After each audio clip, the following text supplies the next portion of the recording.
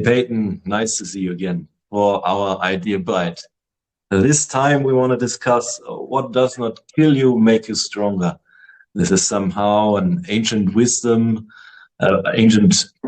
bite, which our grandmas and grandpas used. What does not kill you make you stronger up to a point. What is your idea that you want to share with us today?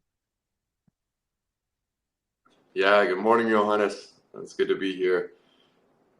This quote's honestly quite relevant to the path that I've been on and at least how I work to think about it. And to me, it is a foundational component of a growth mindset of how do we look at the adversity that we cross on our path. Because my initial reaction when I run into a situation that I didn't ask for, that I didn't seek out, that I would tend to resist because it's painful, it's uncomfortable, it's demanding or imposing on me in one way or another. These things are ultimately a necessary ingredient of growth, even though when they happen, I don't like it. I look at it and I kind of want to push it away or wish things were different or blah, blah, blah by instinct. Ultimately, in the end, looking back, when I look at 5 years ago, when I look at 3 years ago, when I look at the ups and downs of life and think about what was the ultimate outcome of these things where I really did not get what I wanted or I really got where I didn't want it. These are the foundation and nourishment of personal development and growth, or at least in many ways that you can only grow through certain forms of adversity and challenge. True that. It's like this ability to use the pain you experience in some challenging situations and use the energy to integrate it into a new kind of being, use the possibility, use the change as an opportunity, and to try to position yourself so that you raise your capability that you can gain from this order is an idea worth looking at. So in a way, you have to put yourself out there. You have to face some challenging situations to be able to learn from them, to grow from them, to reflect upon them, so that you can have some kind of progress towards whatever goal you may not have. And therefore, to put yourself in a position where you are able to grow from disorder, you have to be alive first. So do more of the things that make you come alive.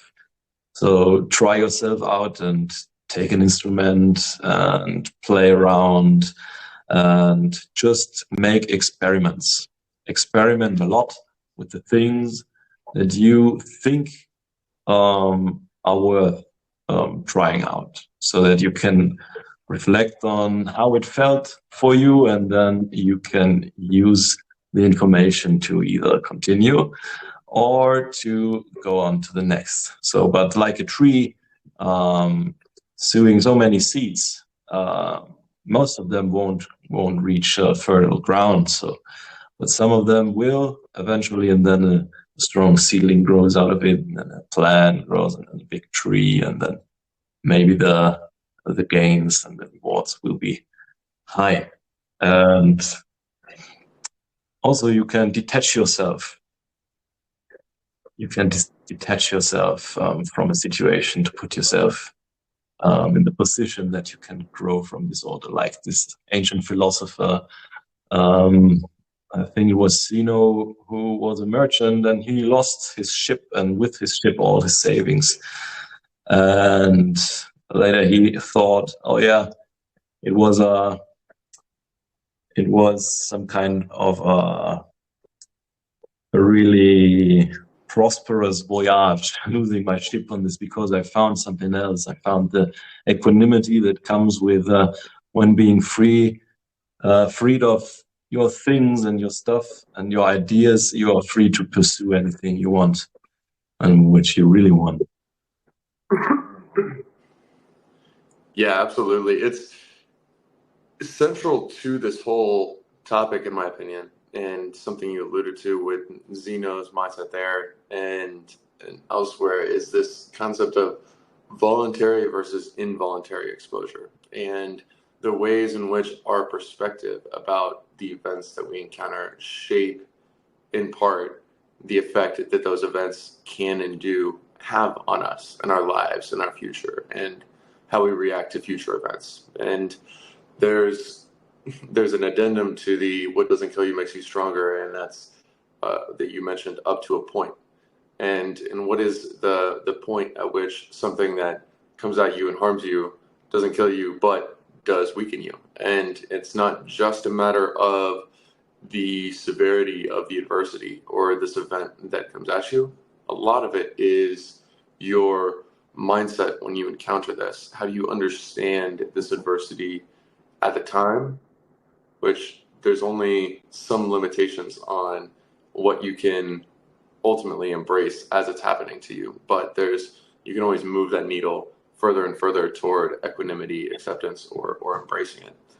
And we know from science, for example, these experiments on rats where they force one to run in a wheel, and the other one chooses to run in a wheel. The voluntary versus involuntary exposure in whether it's rats or whether it's humans makes a huge difference on whether or not this is something that leads to well-being, whether it leads to health, or whether it leads to distress, and whether it leads to not just distress, but distress that makes the animal weaker. And so this is a key, I suppose, pointer as we deal with things in life, is how can we have a growth mindset where our challenges, our adversity in our mind, we remind ourselves that we choose this. This is something that we sought out, that's for us. We embrace this. We're grateful for this challenge, this pain, this adversity, this struggle, or this fear even. And if we can learn to ride a wave like that, if we can learn to embrace the challenges as they come and understand that we have a lot to gain from this thing that we didn't ask for and didn't want and wouldn't wish on somebody else.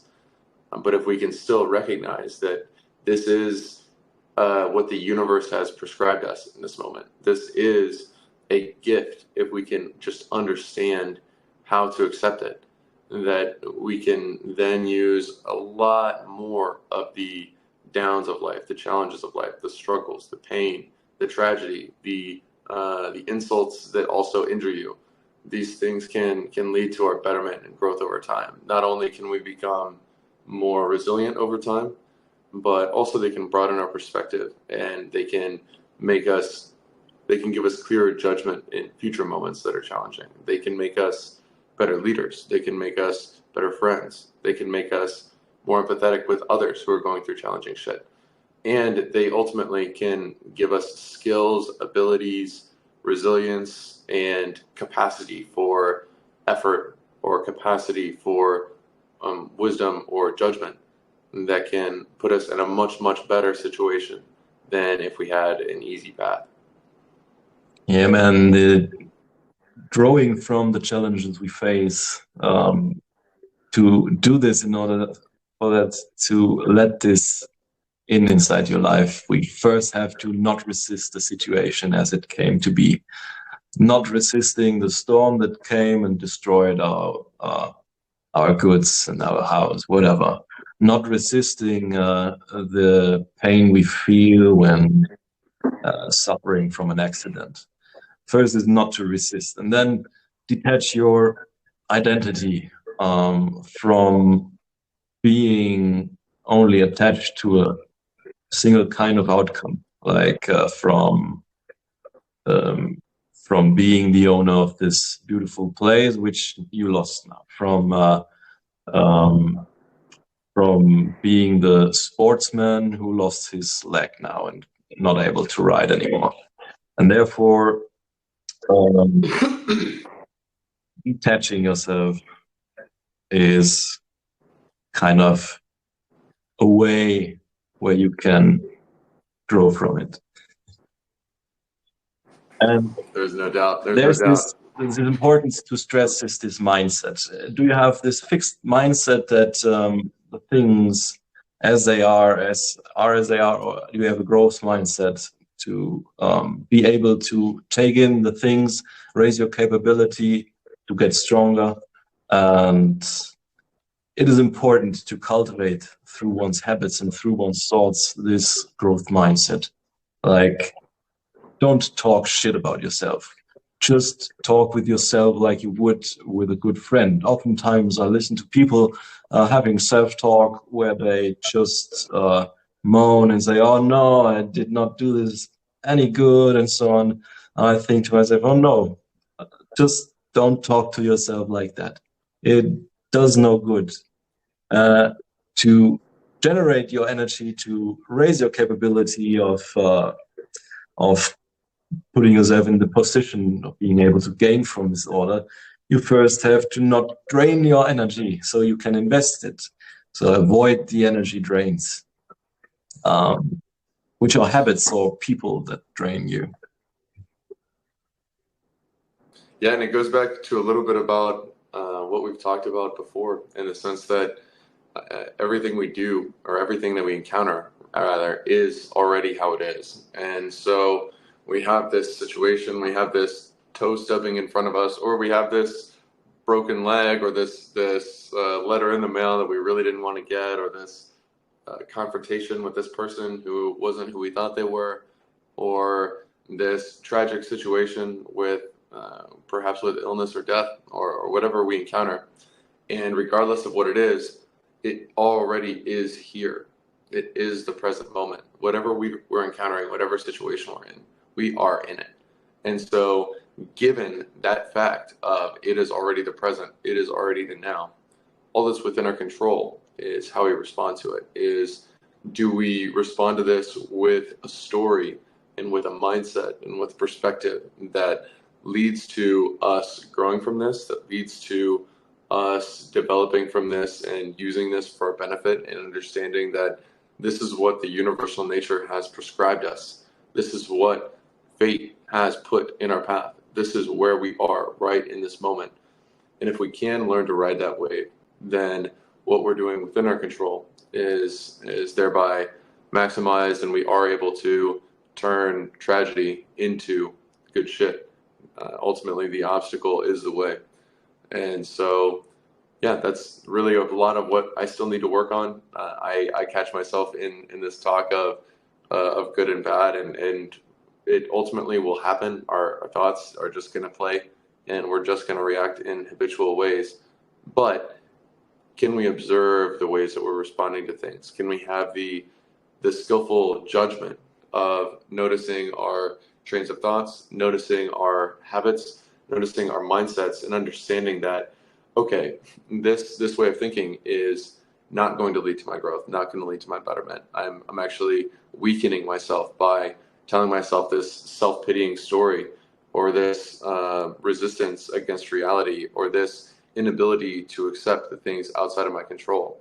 Or am I strengthening myself by seeing reality clearly, embracing it, putting myself in alignment with what actually is, and then looking at it and formulating a plan and an approach in a way that will maximize my energy and do the most that I can with what I've got, with where I'm at. Yeah, man. Embracing reality and dealing with it is key to living a good life where you can grow from your challenges. And to be able to grow stronger, we all do some kind of training. We go to the gym to train our muscles or our body. We do runs or we do heavy lifting, and therefore train our bodies to be stronger next time. We train our mind through abstinence. We train our reactions through fasting from time to time. And we also sometimes have to remind ourselves that we do not live forever. Reminding us of our limitations, but also working on growing the capacity to make these limitations to a different point. helps us to focus on what's really important.